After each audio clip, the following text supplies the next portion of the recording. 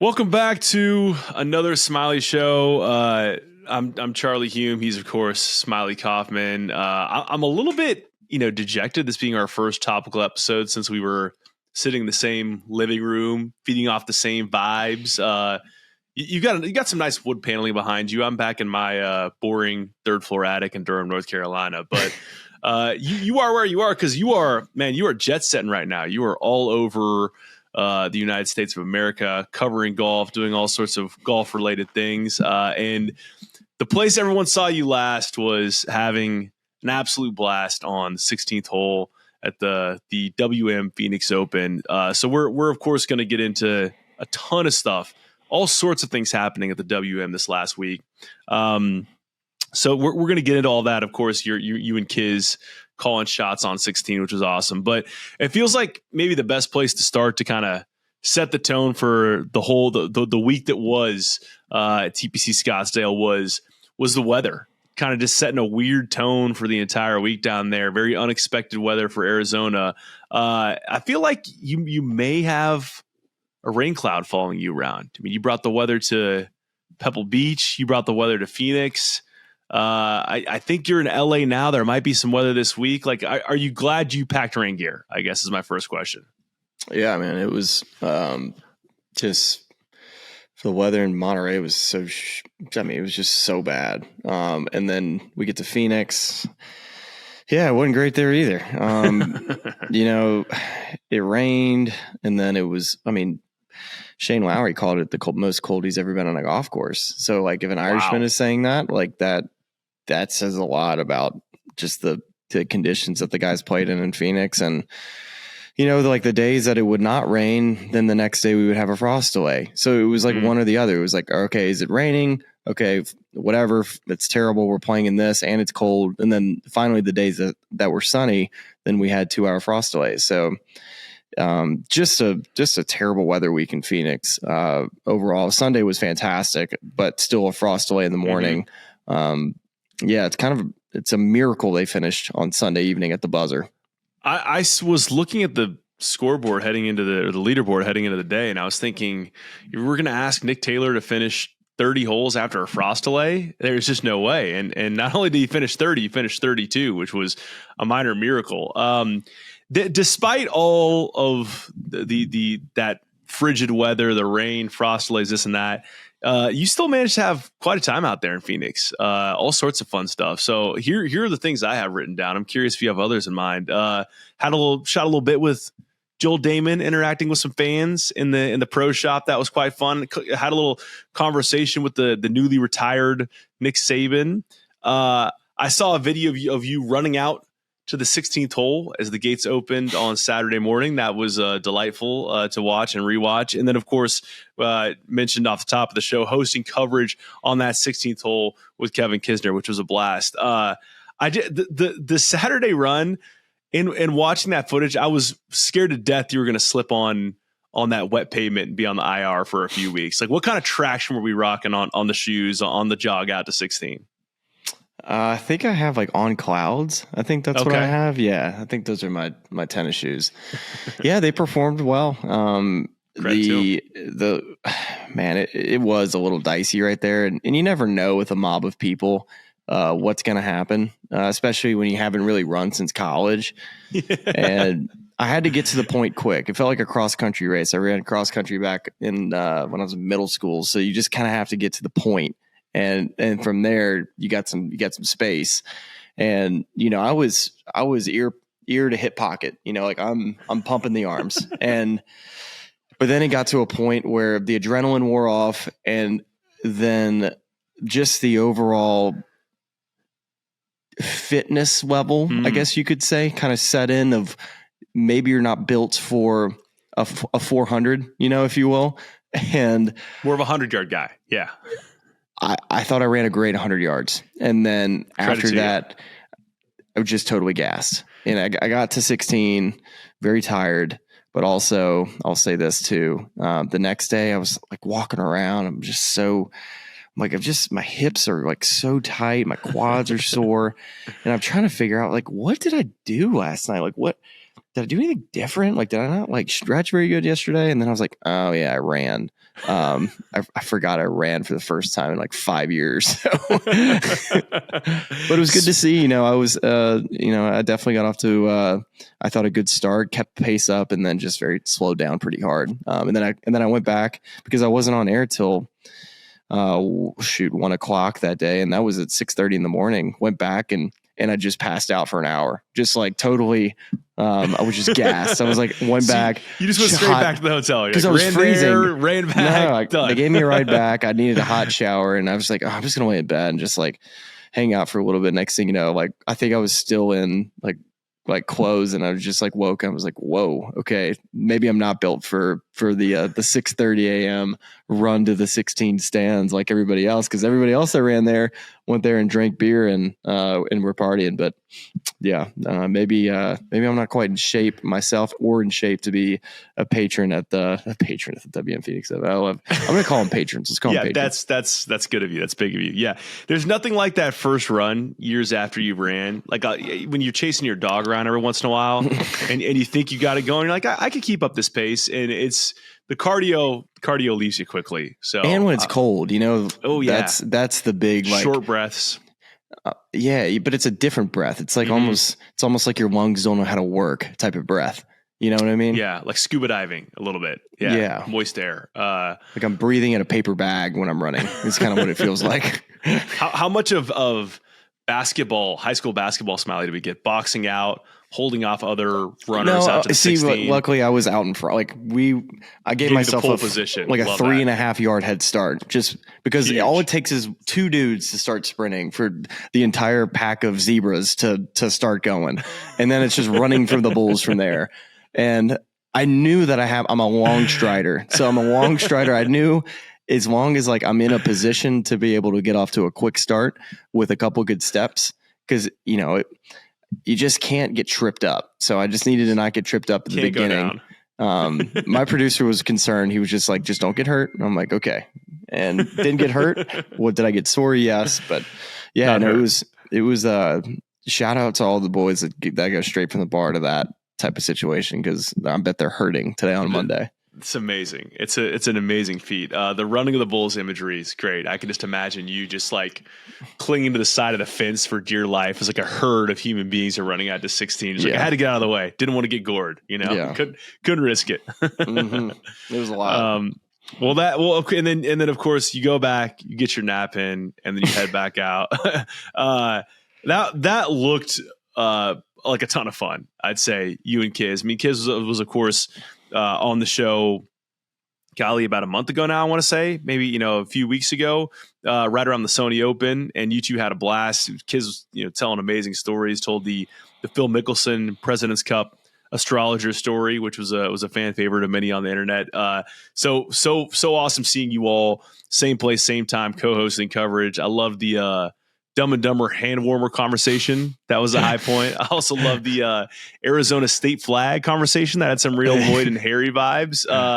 So, I mean, just in terms of the feedback you got, what you saw on social, just the time you had with kids out there, like what were some of your highlights of being able to do that specifically with your brother, your long lost brother? Yeah, my long lost brother. Yeah, dude, Kiz he's the man. He's so funny. And I think we just overall have like solid chemistry together. Like we didn't really rehearse anything. We didn't even really hardly know the groups that were coming. They would come up and then we just kind of had bits as we went. And I loved how Kiz even's like, hey, what's that flag left of that American flag? Like he didn't know what it was. And he just wanted to put me on the spot to see if I was sounding like an idiot, which I, for the most part did sound like an idiot. But then he sounded like an idiot right after. So it made it a little better. But highlights, definitely the Arizona state flag. I still laugh about that. Everybody keeps laughing about the one where we're shooting like kind of behind both of our shoulders. And I was like, hey, kids, stand up, man. And he wasn't looking at the camera because we had a monitor next to us to be able to see, we could watch the shots because we didn't have great angles. So we'd watch the monitor with stuff. And I said, "Hey, kids, stand up." And he looks over at the monitor, and it's shooting it from behind, and it looks like I'm just a foot taller than him. So it just looks like he's sitting down, but we're both standing up. I thought that one was pretty good, but overall, I thought it was great. The feedback was awesome too. I think a lot of people and really had fun, didn't really want to turn the channel, which, listen, it was a weird situation in the fact that we were supposed to be there on the back nine with the leaders. It kind of stunk for the fact that all the leaders were on the front side. We just had the back side of the wave, and the front side's boring. It's just not eventful. The way the leaderboard was at the time on the front nine, it was Nick Taylor, Andrew Novak, Thigala, and then kind of the chasers were like JT, Jordan, Scottie. The tournament wasn't figured out yet on the front nine, and I think that was it probably would have been a little different if Jordan and JT and Scottie are in the final group. They probably wouldn't have come to us quite as often as they did, because we literally showed every shot at 16. Yeah. We were live at 16 and the guys on the front nine were on tape, which is unusual. Most of the time the guys on 16 would be on tape and the guys on the front would be live. But, I thought it worked out great in the fact that Sunday was such a great day for golf. We cut over to 16 every now and then, but we covered all of the golf like a tournament on Sunday. So you can't appease everybody. I think for a majority of the crowd enjoyed just getting to show the atmosphere on 16 and just the lightheartedness and having some fun with, just the call like Kiz and I did. But, there's always the crowd that you can't, it's just that you can't appease everybody. You know what I mean? Well, I think that was the thing that stood out to me, was that there are people within the golf media sphere that are critical of certain kind of television products and whether they're right or wrong. They have the right to have an opinion, but a lot of those people were saying nice things about your broadcast and just that the way you all kind of took, I think, maybe it was, I think the one that stood out the most to me that I thought was very fair and a good point was DJ Pahowski of No Laying Up was saying, look, this is what we're asking for out of a broadcast. Like Thursday, Friday, Saturday, those are your opportunities to go out and do something fun. And go out and do it, and boom, it was a ton of fun. You could tell watching that telecast how much fun you and Kiz were having in that booth, and you just can't replace. You can't invent that chemistry. You can't make it up. And so I think that and then Sunday you're covering a golf tournament. You're covering guys coming down to the finish. Who's going to win the tournament? And so I just thought it was great, despite all the weirdness of the weekend. To your point, the waves being weird, the timing and the postponements. That looked like a true blast in spite of the rest of the stuff that was happening on the course, which we'll get to shortly. We were getting texts from players too that weren't playing that week, that were watching, that were just trying to chime in on it. I got a text from John Daly was trying to get a word in it for every single day, with Kiz and I. He had a word that he wanted us to try to get on the broadcast that Kiz would get in, because that's kind of up his alley. So it was just fun. There's other top players too that I won't name that were shooting his text about just laughing about some of the stuff we were saying. But man, it was fun. Kiz, it was fun. If you listen, Kiz, I don't know that you do. You probably have a million other things you're doing. We need a recurring Kiz and Cough episode on this pod. We got it. There's too much chemistry there to let that go. There is something there. Who knows? We had him signed up for just 2 events this year. We'll see if he does any more. I definitely would love to see him out, but also would love to see him start playing some good golf too. I know he's still has a lot of good golf in his future. He's if anything, he knows he can do TV, which is always nice to know. If you can step in for a week, the flow.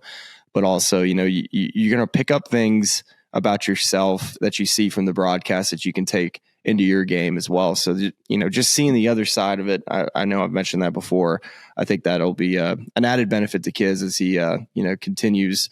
When you have status, man, you don't throw that away. And he's got multiple years of it. So to me, I think it'd be a little early to head into TV, but I would definitely love to see him at the big events if he's not in them for sure. So we'll see what happens. Yeah. Well, while the golf internet was saying lots of nice things about you and Kiz on Saturday, Their comments about a lot of other things that were happening at the WM were not as kind. There are a couple of interesting. Showed up on my TikTok. I saw it on my TikTok. Yeah. When WM content is reaching TikTok en masse, that's when you know what alarm bells should be going off at that point. That's not a normal thing for a PGA Tour event. There are a number of threads, as you mentioned, on social media of all sorts of things happening out there at TPC Scottsdale that are highlights and lowlights. We had an entrance closure. We had a stoppage in alcohol sales on Saturday. I believe at the opening of your broadcast with Kiz, we were hearing some "We Want Beer" chants in the background after the alcohol got shut down. It didn't make any sense to us at the time. Right. Like and then you had Ben On, Michael Kim, both saying on Twitter, fans were, a little bit out of control. Zach Johnson, Billy Horschel, Jordan Spieth all had run-ins with fans on the course. We now have a raging debate online as to whether the WM experience has gone too far, with the side order of Liv Bots using this week as evidence that the PGA Tour is a dead product, which I find that a bit laughable. But SK, based on what you kind of saw and experienced out there, better, worse, or the same as in past years at the WM Phoenix Open? I think it had everything to do with the weather. It's a great viewing golf course because of all of the hills that give you really nice vantage points across the course. And when those hills are muddy, when you see people falling down just from walking, and nobody can sit like they normally can on these hills to create a lot of room for the hundreds of thousands of people that are showing up, it's gonna get really nice and tight, because every single spot that I saw that was the dormant Bermuda outside of the overseeded rye was all just so muddy, so muddy. And I feel bad because, it's normally such a green place. It's dry and people can wear whatever they want. They don't have to worry about their losing shoes out there. So I think it started with just, first off, the viewing situation was not ideal. So you got too many people on, like, in a congested area. And the other part I'll mention, at the tunnel, when I was about to go run out with all the people to 16, the couple of the guys in the line who hadn't been to bed yet, but didn't matter if they hadn't been to bed. It's not part of the story. Just needed to mention that. They were like, "Where do we scan our tickets?" And I was thinking in my head, I was like, how have they not scanned their tickets already? Because we're 30 yards from right of 18 green, and they're about to run to 16. Like, where? Like, you would have thought the ticket thing would have already happened, because they're going to go running and they're going to run straight to 16. They're not running to 16 and on the way they're going to scan a ticket. Like, you would scan your ticket as you're coming in to then you go run in.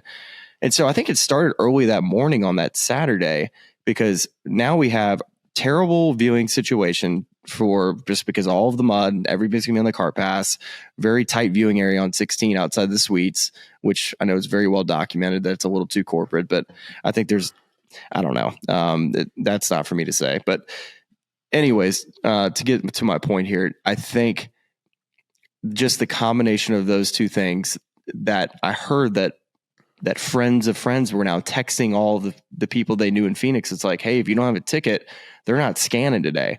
So they had an extra 20,000 people show up, and they got to a point where there was too many people. They had lost control. And that's when security or the police or whoever are running the event from just a logistical standpoint said, we have to cut off the people that are coming in, even if you have a ticket, which is, I can't even believe that. Like that, how do you forget to scan tickets in the morning? I don't know what happened, but that was the first problem. They're not scanning tickets. And now you got too many people on a golf course. Now at 1:30, they guys send the text that hey, no more alcohol, because they've totally lost control of the place. It's sad, because that's what people go there to do, to have a good time, to not lose shoes, to not fall in the mud.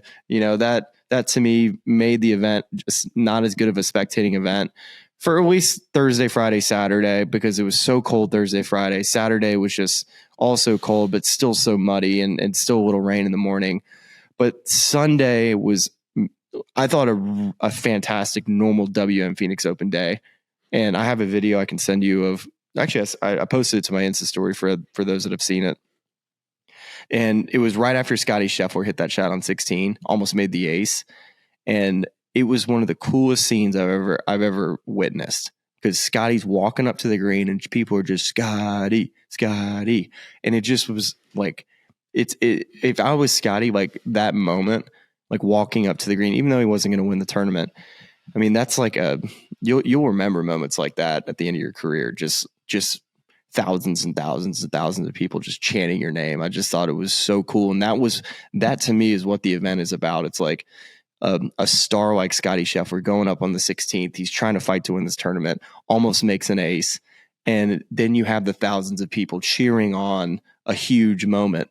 So I know a lot is made about the booze and just the overall, is it too fratty? Is it too much drinking? Mm-hmm. Yes. I mean, I think there is. If you're going to have 200,000 people in anywhere, you're going to find a lot of idiots, a lot of idiots. So there's not a whole lot you can do about it. The thing as a player that I didn't like, we don't mind noise. We just don't like the noise that's directed, that's obvious, like backswing, yell. Like that to me that's where you lose the patience of the players.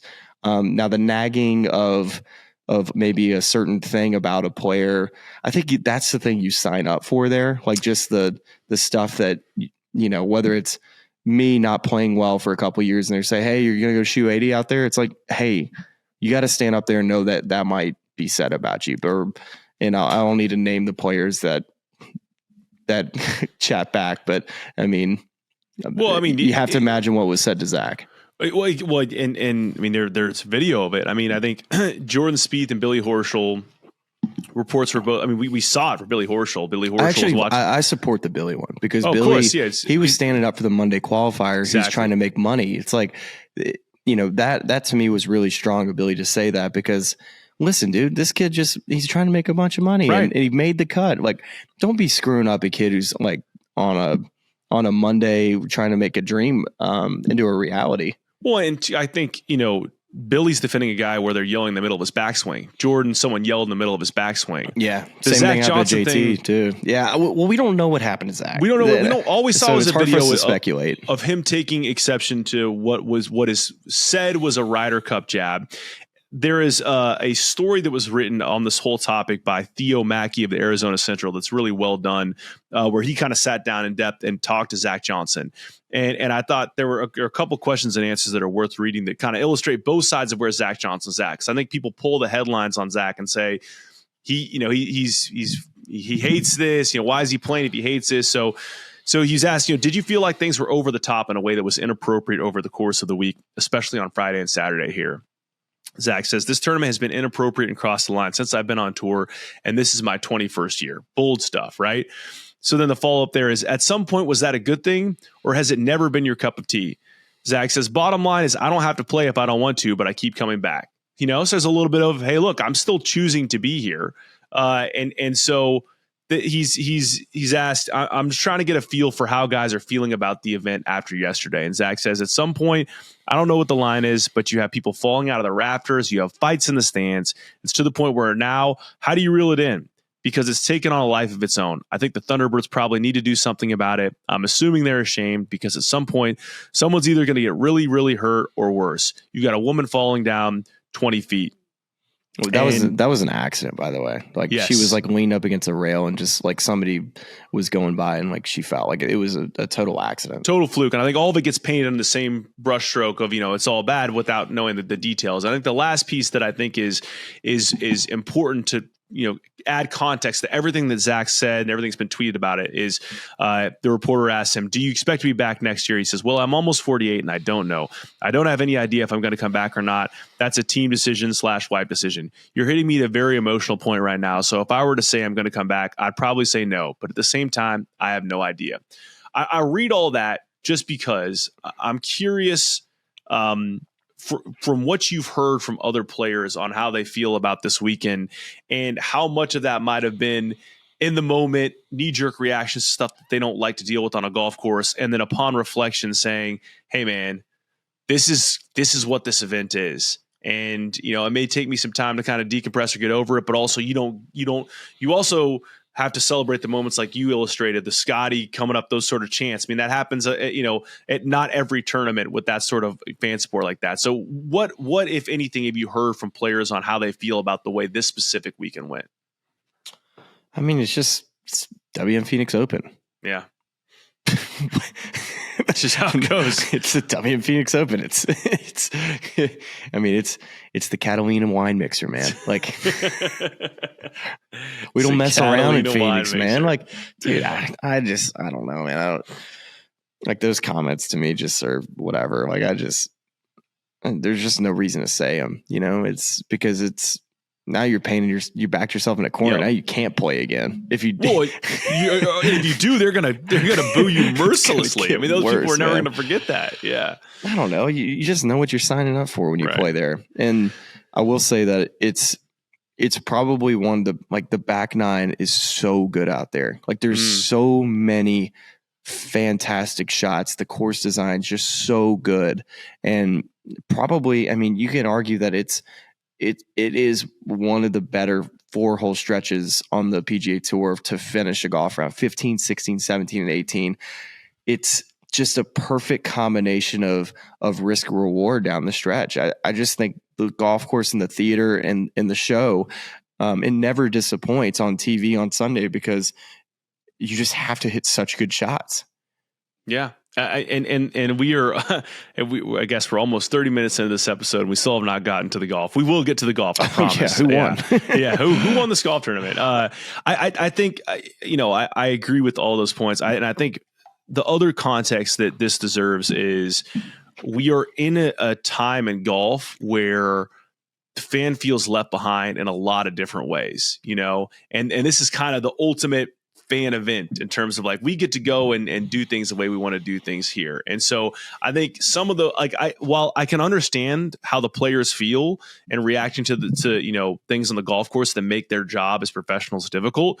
And I'm not saying that gives anybody a license to binge drink as much as they want and disrupt play and, have fist fight or whatever else.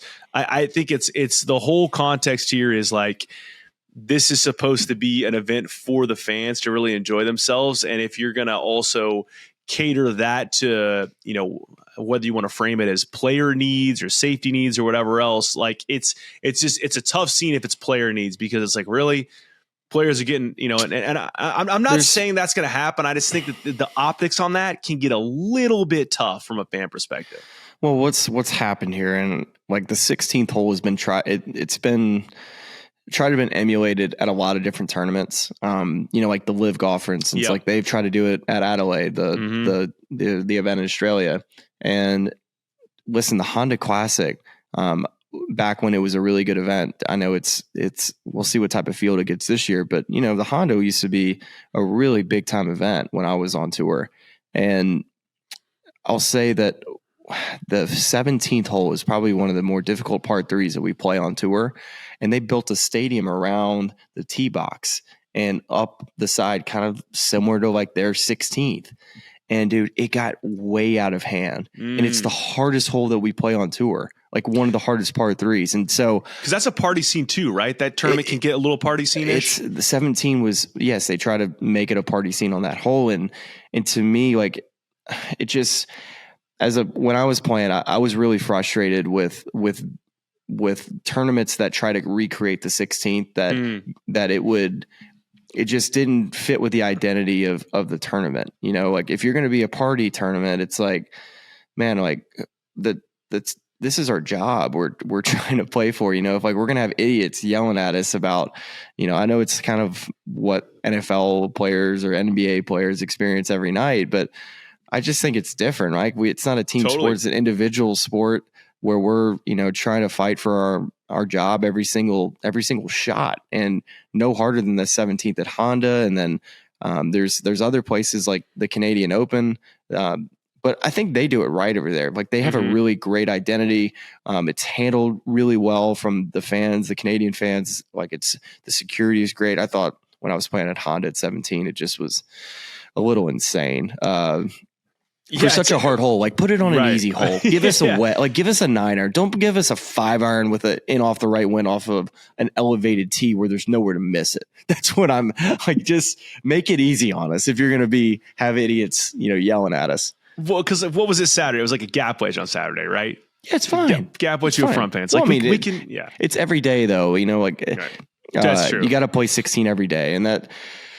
I guess for the events that are trying to make it more fun or having a party hole. And I think that's part of it. I think it's cool. Part of the experience is like a fan that I get to go in and I know I'm going to a very rowdy, fun scene. I think that's a great part of a PGA Tour event, but just pick the right hole, I guess is what I'm getting at. Well, and also I think it's just, it's figuring out, not every tournament can be this tournament. Yeah. But this tournament got an identity, through years of doing this. I don't know if you want to say the right way, but they built this thing up in an organic sort of way. I mean, it's wild going back and looking at highlights of Tiger Woods' hole in one there, with no bleachers behind him at all, and it's just amazing to chart the progress of this event at that point. And so it's like I just hope that I'm sure we'll end up in a place that is. I just hope that there isn't too much loss. That what we kind of reel back in is maybe a little bit of safety concerns here and there, but maybe we got a little too excited about it this year. A little too eager, a lot of promotion. There was just a lot of things that went wrong. Just too many things that went wrong that just made it just not function quite as well. And the last thing I'll say about the crowd and the fans there, I was a huge mad respect to everybody that showed up on Sunday.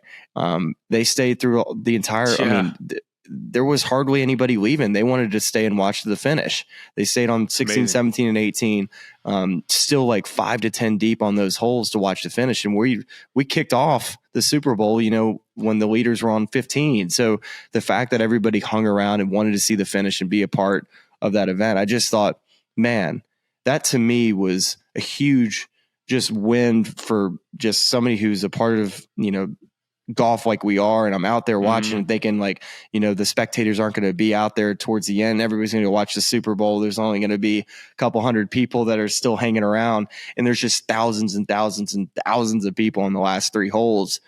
That to me was like, man, this is really sweet. And we had an awesome finish.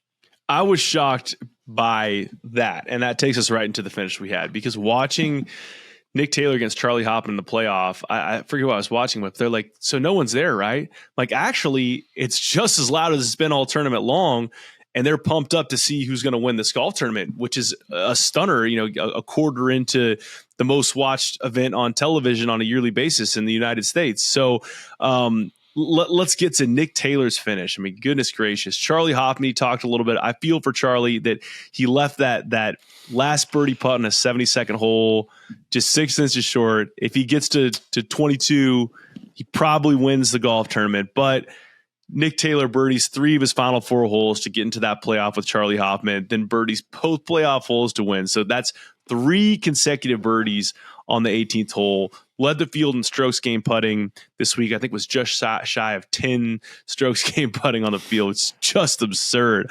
I know you weren't necessarily following Nick, but just impressions of the week he had, and this is his 4th PGA Tour win. Just the type of crazy, player, right? Four wins for Nick Taylor. Yeah, I mean, does that not tell you everything about a guy? Yeah, well, I mean, I think it's interesting that his career story. I knew who Nick Taylor was, and I knew he was one of the better Canadian players. But prior to winning the Canadian Open last year, it wasn't like he was a guy that I had in the top 50 of the PGA Tour in terms of talent. And now to win, and I know this wasn't a signature event this year; it was a whatever it was called, designated elevated event last year.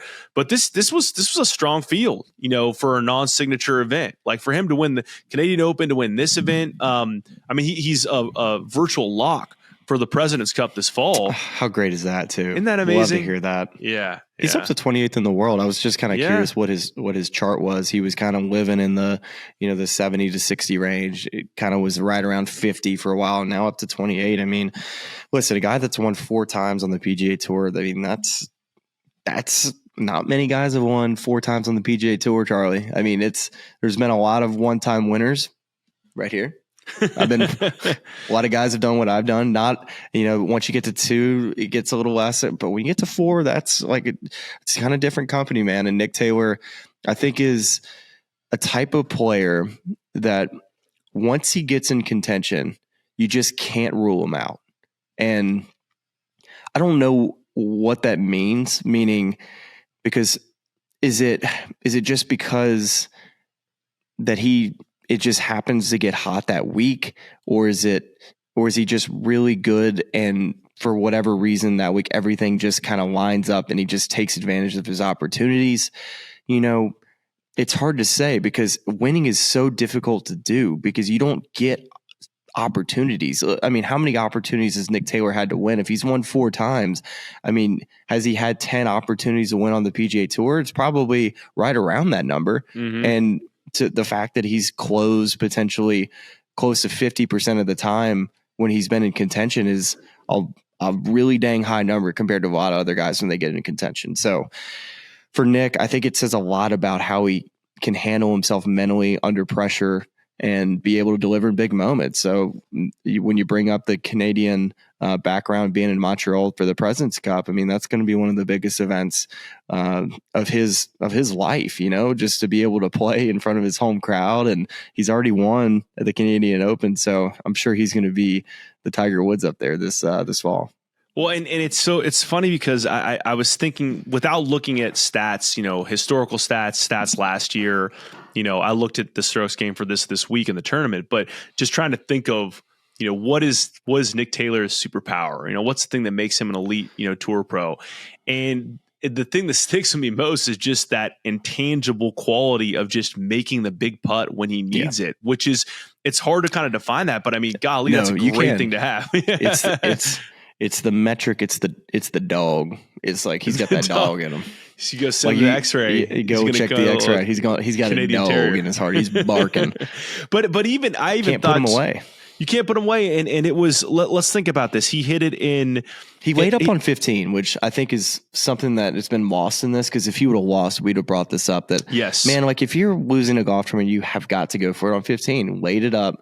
And still ends up winning the golf tournament. So I think sticking to your guns and your game plan. Put on 17. If he was making everything else that day, I was stunned at that. But I think there was still like a 10-footer, 12-footer. But still, you're expecting him to make that putt. I mean, I think that even the approach shots he hit. The last 3 approach shots he hit on 18. Yeah, that's 2 of those drives went in the rough. It's a tough, that's not a good angle. It's a right pin. He's a drawer of the ball above your feet. I really thought, just continue to give yourself looks judging it out of the rough, especially late in the day. It wasn't a ton of rough this week. It was actually probably the least amount I've ever seen out there. But still, there's a bit of a guessing game to be able to hit it pin high, and he kept doing it down the stretch. So, yeah, impressive from Nick Taylor. Obviously, Charlie Hoffman, I think that was shocking to see, just kind of out of nowhere. Him just first off, I haven't. When was the last time I saw Charlie Hoffman near the top of a leaderboard? It's just been so long. Not to say, because when I was on tour, Charlie Hoffman was one of the most impressive players that I'd played with. Not from a length standpoint, but just when you watched him putt, when you watched him chip, when you watched him hit balls, it just was just the same shot every time, and the ball would roll end over end, and he never he's never been outside the top 125. It's hard to do, and he's been just a model of consistency. And what he did this week at a place that, he's worn that WM logo forever. It would have been too perfect, right? It was it made too much sense. The storyline was too much there. But yeah, it was good to see him play well. A fan of his. And to me, I was happy to see just those two kind of battled as well. There was definitely some good sportsmanship that was displayed by Charlie, just with clapping, just giving the knuckles to Nick as well. I think it was actually maybe Nick that gave the knuckles to Charlie. I can't remember which one, but I really liked the spirit in which the game was played on that Sunday. I thought there was just a lot of great shots, moments, and really great theater. I think it went both ways. If I'm recalling this correctly, I think when they first saw each other heading into the playoff, there was a little dap there, and then when they both made those birdies on the first playoff just like, hole, hey, hey, playing man, great, like, man. That's just like the moment where you're just like, all right, respect, bro. Like, respect. I'll also say, man, it was very encouraging as someone who is not getting any younger and has children and has just had a turn pro. Is this where you're going to say no? I'm just watching a 47-year-old man wearing a back heater. I don't know if that was a heating pad, a brace, whatever. It's a hyper ice thing. I got it at home. Trust me, you'll be there one day. I was like, thank God, like it's not over. Like every day that I get older and more creaky, moving around slower, losing my breath when I run, kind of where we started this podcast episode. I see that and I say, oh, there's still hope. So Charlie, and also, by the way, I can't believe this got lost in the shuffle. Would have been a great day for the Charlie H's out there. Would have been a really, really big day for the Charlie H's out there. Had to be said. Was pulling hard for him. Hopefully he gets in this week to the Genesis by virtue of the Swing 5. So what was the can you read the final Swing 5? Do you have that or no? I can filibuster for a second here. Was it just Charlie did Charlie just replace Steven Yeager? Is that all that happened? I believe so. Let's see how this worked, because hold on now. What on earth? If Tiger Woods declines the invite, this doesn't make any sense. Oh, okay. I see what happened. So I think it looks like there's a golf. This is great radio. There's a NBC Sports report that he asked Tiger for a sponsor exemption. He said he plays way in. That was but like he said he plays way in. So here is the Swing 5. It's Matthew Pavone, Grayson Murray, Christian Bezadenhout, Charlie Hoffman, and Kevin Yu. So I think JT was Kevin Yu always in there. Because Steven Yeager was like, the big story was like Steven Yeager was 5th and didn't even play. It was like, what are you doing, dude? Just like, it made no sense for him not to play, because he was assured to lose his spot to not play Genesis. Right. Like if he didn't, that is very strange now that I'm thinking about that. Like just because he would have gotten in on his number. Well, I mean, like if you'd missed the cut, like he wouldn't have gotten in, but if he would have played well, and I don't know, it just seemed kind of silly not to play. What's a bummer is, and I want to see the rest of the standings now, so this is going to be some more good radio, but Jake Knapp, 8th. Okay, choose your top 10. It's the 5 I listed. 6 is JT, 7 is Steven Yeager, 8 Jake Knapp, 9 Keith Mitchell, 10 Nate Lashley. Okay. So JT, of course, will get into Genesis via top 30 or a sponsor exemption, whichever one he wants. Okay. But all right, that's enough talking about the Swing 5 in the next 10. I'm over it. You can't track it. Like I like the concept, but it's like, if you're gonna have something that has the swings and stuff, like it needs to be easier to follow. And right now, like, we're not gonna even give it time. Okay, that's good enough for me. That's good enough for me. Well, let's go to a guy who was in the hunt, was looking like a three-peat was in the cards. Scottie Scheffler, you were with him all day Sunday. You were witnessing a fourth round in which he gained 4 of his tournament leading 9 strokes gain approach. How did Scottie not win this tournament? Oh man, I don't know. He should have won. He should have won by 3, and he plays the same round every dang time, man. But Sunday was different. Yeah. It felt different. In his first 17 holes, he had 12 one putts, and he'd like hardly missed a green. He's made like 13 birdies in the first like 18 holes or something. It was silly. He was putting up video game numbers, and I think he had a little bit of mental fatigue down the stretch. I really do think. I think he kind of just ran out of gas, and I think there were probably other players that ran out of gas. It was a long week, but I'll give you just the nuts and bolts of why Scottie didn't win. And it started, there was 5 crucial mistakes that he made, and they were simple. They were simple because he's going to look back and kick himself with not doing the easy stuff well, because he did the hard things unbelievably well, like his ball placement and how much control he had of his golf ball and making the big putts when he needed to, especially the birdie ones. I mean, he was spot on. He hit it right where he was supposed to, but where he started was like, I finished his 3rd round on 18, hits it to like 40 feet, proceeds to wag putt it into the bunker, which was, I was just like, what, like everything Bad at to this point had been perfect. And then he puts it in the bunker. I was like, what are we doing? But he gets it up and down. It was actually pretty good up and down. So technically a 2-putt bogey. And then he hits number 7 was a par 3. He was playing ridiculously hard. He chipped it, or he hit it just behind the green. He's only 18 feet away, like kind of a back into the green, sitting up a little bit, misjudges it, leaves it about 6 feet short, misses the putt. So that was an easy up and down that he didn't get up and down. And then he gets back going again. He birdies 8, birdies 9, pars 10, birdies 11, makes a great par 12, and then 13, he hits a 4-iron on the green. And you're like, okay, but Charlie Hoffman just made eagle. And you're like, okay, if he doesn't make eagle, he's making birdie. And he hits like the worst lag putt to like 3.5 feet short, and then just misses the putt. And we're like, oh, there goes. Like in my head, I'm like, yeah, I think he just lost the tournament, just not making birdie on 13. And then 14 misses the fairway, like misses the green just short right. Really simple chip, and hits it to 5 feet, 6, or maybe even like 6 or 7 feet, like short. It was not a good chip.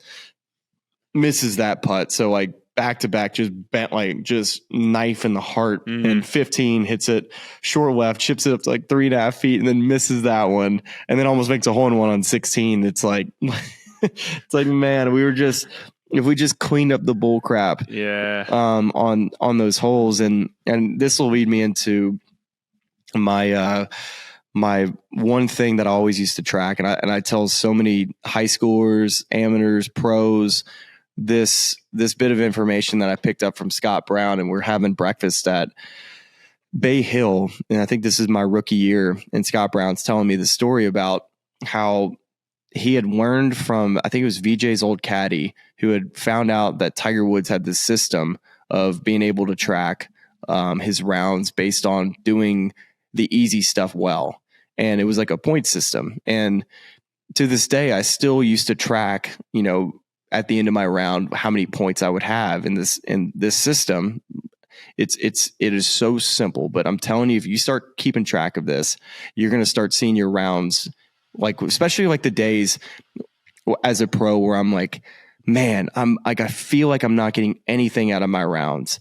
And I would go back and check to see how many points I had. And the system goes like this. It would be, if you had a 3-putt, it would be a point. So like you're adding up points anytime it happens. So like you have multiple 3-putts, it would be, you'd count it up as points. So 3-putt would be a point. A bogey with a wedge is a point. A bogey on a par 5 is a point. An easy up and down is a point. And a double bogey is a point. Triple bogey, double points, whatever. And I'm sitting there like at the end of the day, adding up Scottie Scheffler's points. He had 5 points in the day, and he had, was it 14, 15 birdies or something like that, but still had 5 points, and he lost the tournament by 3 shots. So if he just does the simple stuff well that day, he had 3 simple up and downs. He didn't get up and down. He had 2 3-putts. And that's, to me, was the difference of him not winning the golf tournament. He did everything else well, but he just didn't clean up the simple stuff. And I'll finish out that thought by saying, I used to always keep track of that point system. And anytime I would have less than 4 points during the week, it was an automatic top 10. It just was like, and most of the time I would have it be in contention to win. So any pro that was struggling, I would give them this advice, and they're like, wow, it kind of just simplifies like the game, because if you get everything up and down, you don't 3-putt, you don't make bogeys with wedges, you're just cleaning up your rounds.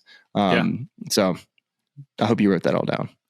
I both made a mental note, but then I was like, I'm going to go back and re-listen to this, and then I'm going to go back and look at like my last 2 or 3 rounds and see like, 10 points, 12 points. Like, I guess see what I'm doing wrong here. It sounds too simple, right? It's like bogey with a wedge, but like how many times do you make a bogey with a wedge? You're like, you kind of shrug it off, or you're upset like after it happens, or just a simple 3-putt. Like these are things that you can control, things that you can work on that are easy and simple. I mean, double bogeys, maybe not so much, because that can happen right off that first tee shot. But, yes. Yeah. Just a little, right. And all right. Okay. But wedge shots, simple up and downs, right. I mean, 3-putts, these are all things that you can work on. Well, I think it categorizes a little better than just looking at scores too, because it's like, you can reach par 5 and 2 and 3 putt for par. And look at the card and say, I made a par, like that should be fine. I didn't make a bogey on a par 5, but it's like, well, no, that's a point because that was a scoring opportunity. And if you're playing a harder hole later and you make a bogey, this is a scoring system. Yeah, it's like it just helps you score better. And I think that's the thing that's this wonderful and weird paradox about Scottie Scheffler is that he both he was perfect. He was flawless. He was flawless. He was legitimately. It was some of the best golf I've ever watched. And I'm telling you that on a day that it wasn't windy. So I'm not going to say like, it was not like some of the best display of golf. He did exactly what he was trying to do every single shot, like in a hula hoop is what I'm saying. Yeah. It's like he spites himself through putting, like he can hit the ball to 20 feet anytime he wants to, but then once you get inside that 20 feet, it's like it's anyone's guess what's going to happen. But then he also has this odd ability to score in spite of himself, like the example you just gave of putting it into the bunker and then getting up and down from there for bogey, and it's just that wonderfully odd mix that gets him to T3 in this tournament that has a lot of good names at the top of the leaderboard, despite having 5 points on a scorecard where you're saying, I used to try to not have less than 5 points the entire week. He did it in one round. He still finished where he finished. Yeah. So, there was kind of a combination of, well, I say that. No, he had 4 in his final round. He had 1 in that third round on putting it in the bunker on 18. Oh, that's right. Yeah. But still, I mean, the point stands of like, did I see improvement in his putting? Heck yes, I did. Did I see maybe some mental fatigue that led to some of those mistakes? Yeah. Did he hit the right shots down the stretch to be able to close a golf tournament? Yeah, he did. I mean, the shot on 16, aiming at that flag stick, almost making an ace. Yeah. I mean, that was big time. So I don't doubt his ability to close. I just, I have to wonder, was it just too long of a week? And then catching guys like Charlie Hoffman that take advantage of big moments when he, just didn't, that's what happens on a back nine on a Sunday. Yeah, I wonder what will click him back into place, because he will undoubtedly click back into place in the same way that you don't need to adjust that driver. Yeah.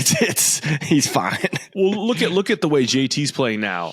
Since really the Nedbank last year, right? Like, I mean, he's on an incredible run of form. It's like guys like that it's not like it's gone forever. And I think with Scottie, it's just going to be what clicks him into place. But it feels like decades ago we started the week with him getting there was a loud expletive that was uttered after a missed putt to start this week, and that made its way onto the broadcast. And I watched that and I was like, man, it was crisp. It was crisp. It was clear for the audience to hear. And it kind of makes me love him more. We have that dump button most of the time. I don't know what happened. I don't know if that was on our broadcast or another one though either. Yeah, that would have been the one to dump. I don't know how that one didn't get dumped, but I mean, you feel for the guy. Like it's like, like, man, he's hitting it so good. How is he not won every single golf tournament? But yeah, I feel like, what if we had a rule on the tour? It's like, okay, every fifth cuss word makes it the broadcast. So like you get, it's like you got to keep track of, like, you got to really decide what your fifth cuss word's going to be. Is it going to be, you can kind of go all over the place, but it's a brand play. You know what I mean? It's like, what do I want to make it out to the world? Like, I would argue that was a positive F-bomb for Scottie Scheffler. I walked away. I said that played. I like him more. Mainly because I've seen those a few times on the course. So that's where Scottie is, and one that we will continue to keep tabs on as he keeps playing the exact same golf round forever and ever until he doesn't. And he starts putting good and he starts winning everything. He's putting good, Charlie. Let's change our vocabulary. He's putting fine. And he's an unbelievable chipper. It's winning golf tournaments it's a formula. You have to be able on Sunday to not make mistakes. And he made 3 crucial ones in a row that lost him the golf tournament. We've seen him testing out some new putters with Logan Olson on the putting green at Pebble Beach. It's gonna, he's fine. He's fine. Get him off the West Coast. Once he gets to Florida, man, I think he's going to pick up a win in the Florida swing. Whether it's the Players, Bay Hill, it wouldn't surprise me to see him win at Genesis. Just like you're just not quite sure about the greens at Genesis. They're a little bumpier, a little tougher to make putts, and I don't take him to be a guy that putts great on Poe, even though he just putted well on overseeded Poe. But that's different. Like seaside Poana is totally different than an overseeded Poana. So we gotta start working Kikuya into the vocabulary this week. It is Kikuya week. Kikuya rib.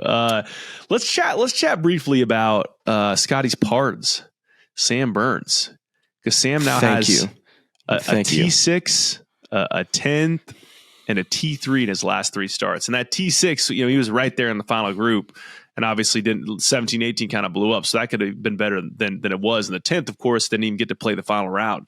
Sam is trending, it seems like. We need to start putting respect on that boy's name, because I think there was a lot of conversations about, first off, like Sam making the Ryder Cup team. I think that was a debated pick, and that's fine. Like, you can debate it all you want, but like, Sam's a world-class player, and he was off last year. His iron game was off. I'm curious what has kind of clicked for him, because we had talked a little bit about Sam, how I think getting away this offseason, be able to go and work on it, not in a tournament atmosphere, has been able to help his ball striking get back to who Sam Burns is, which is he's a great iron player, and he just had a tough year last year.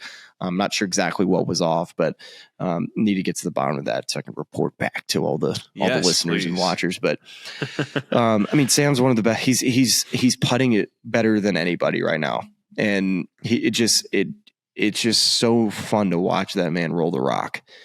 But what I watched from Sam at the Ryder Cup too, I think a lot of people look at records for guys at Ryder Cups, President's Cups, and be like, oh man, like he doesn't play well there. Dude, the President's Cup, Sam Burns was the best player on that American team. He just unfortunately ran into buzzsaws and had Scottie Scheffler play probably his worst golf that he's played as a pro, and he was carrying him and just wasn't getting the ham and egg that other guys were getting, and so he had a losing record at that President's Cup. But he played unreal that week. And then the Ryder Cup, I watched him play Rory McIlroy on Sunday. And Rory, and he ran into a buzzsaw. I think they made it to 17. I think he lost on the 17th hole, but I think Rory was 8 or 9 under, and Sam was 7 under. So it's like, dude, like, I mean, come on, right? Like, let's just stop like talking about guys like that. They're not like great, Like Sam Burns is in a different echelon that I think the point I'm trying to get to in this is that who is going to be the player that starts to shows signs of like, hey, I'm a contender for a Masters, for a US Open, for winning a Tour Championship, in a FedEx Cup, like we saw with Victor Hovland last year. And I think Sam Burns and someone like JT, and even Jordan as well. I think all 3 of these guys have been, Americans that have showed that they're in form, ready to compete, and are finding themselves at the top of the leaderboard every time you turn on the TV, which I think is a really good sign for not only Sam Burns, but the other 2 players I just mentioned are JT and Jordan as well.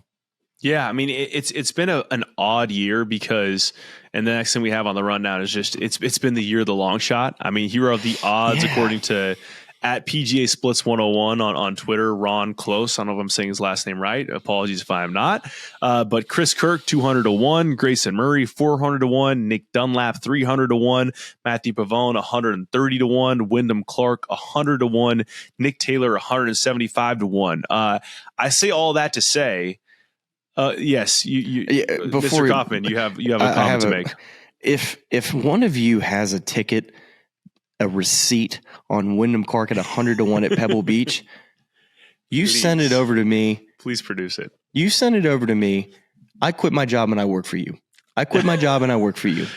That is a bold statement, and I hope those receipts get lost in the mail, dude. But I saw that number 2, and that's not who right, had that right? ticket? 100-1 when is did you book that? Like before he won the Wells Fargo? Like was that an insane future? Me, that 100-1's like, there's no way he was 100-1. It's like the guy who runs into like a snake on the golf course and starts talking about it was a 3-foot snake. By the 3 nights later, this thing is now a python. It's a python that just came from the Everglades. So I think that maybe it was a guy who I got Wyndham to Clark at 100-1, but really got it at 60-1 or something like that. That seems a little bit more accurate probably for what his odds should have been. A little 0 on the end there. I mean, but I say that to say that if I'm thinking about the season that we've witnessed thus far, I feel like some of the play of guys like Sam Burns. We saw him in the final group at the Amex. We saw JT there as well. But that some of these guys are flying under the radar a little bit because we keep getting these weird, bizarre headlines that are coming out of these tournaments. And this week is going to be big, I think, for a lot of guys. Like another signature event. AT&T was a really weird the way that one finished, and the Century was a different type of signature event. But all the best players are going to be there this week. I think we're going to have we're going to have a marquee name winning this event, and it would not shock me if it's one of the three guys that you just mentioned there who are in great form right now. Yeah. So, well, that's what we got for this week. We are on to Genesis Invitational Week. Smylie, I've been refreshing Tiger Woods' Twitter all day, and I got to be honest, I'm a little disappointed because there's Do you like the logo? Do you like the logo? I don't know if I love the logo yet, but I want to see it on more things than like leaked copyright or patent filings. So you can kind of see the logo.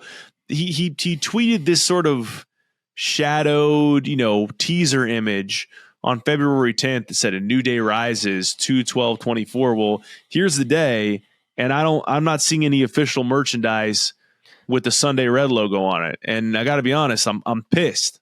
I wanted to see merch. Okay, so I got two logos right here. Okay. This is Phil Mickelson's logo, him jumping up in the air from the Masters. This is the Sunday Red logo over here. Which one are you picking? Ooh, man, that is a tough decision, Smylie. This is a journalistic decision. This isn't Charlie fandom decision. This is who's got the better logo. No, just in a vacuum. Just which logo is better. Phil's logo, I think logo. I hate to say it, man. There are only two silhouettes in sports that work ever all time. And it might be like 1.5. Like Jordan, the Jordan logo, obviously. And like if you want to give King Griffey Jr. the swingman logo, like that's like a half. I'll give you like a half point there. Like good for Phil, amazing win. The celebration was great. It's not a logo, bud. It just doesn't get it done for me. I'm not a fan of the jumping up the silhouette logo. I'm sorry. It's just not my cup of tea. But at the same time, but is it still the Sunday better Red than... looks like something you took to like a kindergarten. You're like, hey, draw me a tiger. And they're like, sure, like give me a crown. And then they just do like a little kind of outline. Like that's the tiger. I'm like it's cool. It's minimalist. But I just don't, is that a logo I want to wear? Are you taking C, none of the above? I think I'm taking C, none of the above. I don't neither really move the needle for me. Where do you net out here? Yeah. I would probably, I gotta see what it looks like. I think like you kind of mentioned, because I don't know what the S and the D and the R, because right now it looks like just your basic font on like Word. Arial. Yeah, it's like your Arial your font. standard font. To me, I was like, if they had like better lettering, I think I would be all in. But I think the letters are just completely turned me off the logo. So yeah, and that's talking logos. I think that's it for me. I got nothing else to say. This has been our brand new segment, Talking Logos, on the Smylie Show. And it's literally probably won't be back next week. Our Swing 5 and logos segments couldn't be tighter and more concise. It's like, you like it? Yeah. No. Okay. Cool. On to the next. It's bite-sized. It's for the attention span of the internet. We're happy to provide. Yeah. I will say I reserve the right to see it on more stuff before I write it off. Okay. All right. I'll check in next week with you. How the minimalist look, yeah. Let's check in next week. Let's check in when we get a full update. That's all that I have in terms of Genesis Invitational preview. You finally get to spend a week at home. Happy for you. What else do we have? I have a little line here in the rundown. Tease YouTube drops. I'm excited for what is on the way for our projects that we shot at Pebble Beach. I've been looking at the footage. We've been in the edit rooms. We're working on finalizing some drop dates, but we think these are coming soon, and we're thinking and hoping that you all are going to enjoy them as the audience. I don't know if I'm going to like it because my golf game needs help. But it's okay. It's okay. you're here. It was entertaining. It was very entertaining, and if I can be of any value to anybody to come watch me play golf, it is an absolute journey because we get it there. We just kind of take a different route. And there's a 3-wood that you hit at Spyglass Hill that God, can we tease it with told that? Everybody who will listen about this 3-wood. So I don't care what the score on the card said. That shot was electric. So that's your teaser. All right. Yeah. And look, I texted you today that I want to throw my driver in the ocean. So it's a fickle game. You come and go anytime. I should have just thrown in the ocean while I was out there. I'm landlocked now, so I'm out of luck. But yeah, totally. But that's what we got for you this week. We will have hopefully a little guests in the feed here midweek, and then we'll come back with a recap of the Genesis Invitational to close the weekend out. And then next week, hopefully have some drops for you on the YouTube front. So we appreciate you watching and listening, and we will talk to you soon. I've actually watched a couple of episodes of y'all earlier, and you guys have some good takes. So thanks for what you guys do. It's cool to see what you guys are doing, and I know golf fans appreciate it, but we do too. So please keep it up. I think you're doing a tremendous job, and I listen to this podcast. It's really cool, and